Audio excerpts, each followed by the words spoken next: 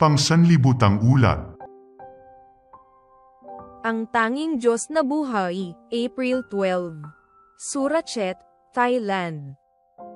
Tala ng editor. Ang kwento ng misyon ngayon ay tungkol sa isang lalaki sa Thailand na ang buhay ay naantig ng 13th Sabbath offering, na nalikom ng 27 taon ang pagitan. Dumating si Suratset sa isang Seventh-day Adventist high school sa Thailand na may pangako. Sinabi niya sa kanyang sarili, "Ako ay mananatili sa dorm. Ngunit hinding-hindi ko papalitan ang aking relihiyon." Si Suratset ay pinalaki sa isang hindi kristyanong pandaigdigang relihiyon. Karamihan sa populasyon ng Thailand ay kabilang sa parehong relihiyon. Pinili niya ang Adventist school dahil mayroon itong dormitoryo para sa mga estudyante na nakatira sa malayo. 1,000 kilometro ang layo nila sa paaralan, sa hilagang Thailand. Sa paaralang Adventist, si Suratset ay nabighani sa klase ng sibilisasyon sa mundo. Sa Bible class, namangha siya nang marinig ang isang propesya sa aklat ng Daniel tungkol sa pagbangon at pagbagsak ng mga pangunahing sibilisasyon sa daigdig. Nagtataka siya, paano ko isasama ang impormasyon tungkol sa mga sibilisasyon sa daigdig na naririnig ko sa dalawang klaseng ito? Sa parehong oras, napansin niya ang mga headlines ng balita sa mga pahayagan tungkol sa Six-Day War noong 1967, na kamakailan ay natapos ng talunin ng Israel ang mga kalapit na bansang Arabo. Nagtataka siya kung paano matatalo ng Israel, isang maliit na bansa na itinatag noong 1948, ang mas malaki at mas matatandang mga karatig bansa. Nagtaka siya tungkol sa pinagmulan ng mga Hudyo. Ito ba ang parehong Israel gaya ng sa Biblia na pinag-aaralan natin sa klase ng Biblia? Naisip niya. Naghanap siya ng karagdagang impormasyon at nakakita ng isang libro tungkol sa mga Hudyo na isinulat ng isang Thai na pilosopo. Ang may akda, na tulad ni Suratset ay hindi isang Kristiyano, ay nagtala ng kasaysayan ng Israel sa loob ng ilang libong taon. Naisip ni Suratset ang relihiyon ng sarili niyang pamilya at nag-isip na, ang Diyos ba ng Israel ang tunay na Diyos, sa pagbabasa ng Biblia? Nalaman niya na ang Diyos ng Israel ay nakiusap sa kanyang mga tao libo-libong taon na ang nakararaan na huwag yumukod sa mga imaheng bato at kahoy. Ngunit ang relihiyon ni Suratset ay yumuyuko sa mga imaheng bato at kahoy. Nalaman niya na itinuro ng Biblia na ang Diyos ng Israel ang tanging Diyos na buhay na hindi ginawa ng mga kamay ng tao. Sinasabi ng Jeremias Kapitulo 10 versikulo 10, "Ngunit ang Panginoon ang tunay na Diyos, Siya ang Diyos na buhay at ang walang hanggang hari." Si Suratset ay nag-sign up para sa mga aralin sa Biblia mula sa Voice of Prophecy.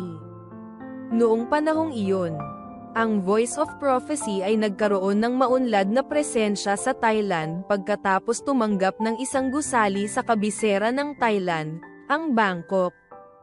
Sa tulong ng 13th Sabbath offering sa unang bahagi ng 1961, natapos ni Suratset ang mga pag-aaral sa Biblia sa loob lamang ng 1 linggo at nagpa siya na ibigay ang kanyang puso sa tunay at buhay na Diyos. Galit na galit ang kanyang ama nang humingi si Suratset ng pahintulot na magpabinyag. "Kung gusto mong maging isang Kristiyano, pumunta ka sa mga Kristiyano," sabi niya. "Hindi mo na kailangang bumalik sa bahay na ito." Sinabi ni Suratset na babalik siya kung hindi bumuti ang kanyang buhay sa ilalim ng buhay na Diyos. Walang pinagsisisihan si Suratset. Nagpatuloy siya upang makakuha ng bachelor's at master's degree sa theology at isang doctorate sa missiology. Nagtrabaho siya bilang pastor, director of communication sa Adventist Church sa Thailand, at regional director naman sa Adventist World Radio. Ang kanyang hangarin ay turuan ang iba tungkol sa buhay na Diyos.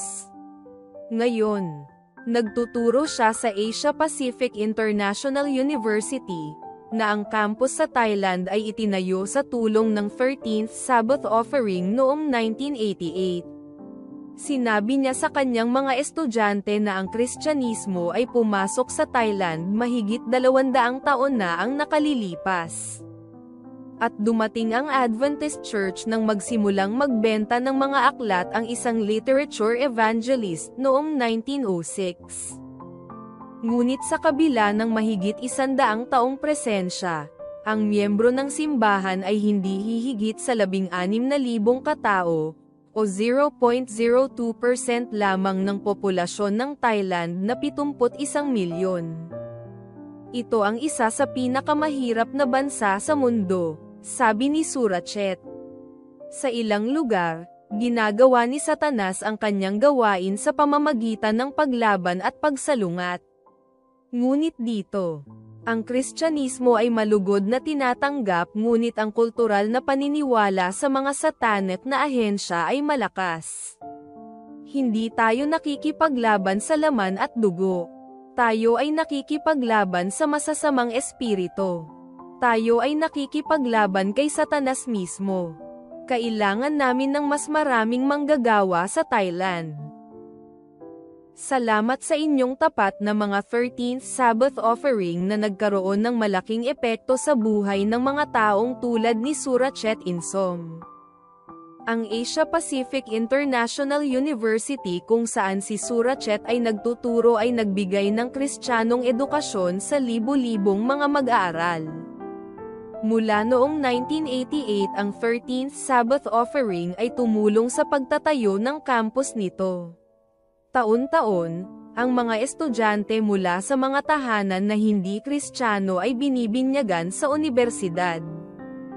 Ang gusali ng Voice of Prophecy na binuksan sa Bangkok sa tulong ng 13th Sabbath Offering noong 1961 ay ginibana. Ngunit ang ibang mga gusali ng simbahan ay pumalit. At ang impluwensya nito ay patuloy na umaalingaw sa buhay ni Surachet at iba pa. Salamat sa pagpaplano ng mapagbigay na 13th Sabbath Offering sa ika-28 ng Hunyo na sa tulong ng Diyos, ay magkakaroon din ng pangmatagalang epekto. Sa quarter na ito, ang ating mission offering ay tutulong sa 4 na mission project sa Southern Pacific.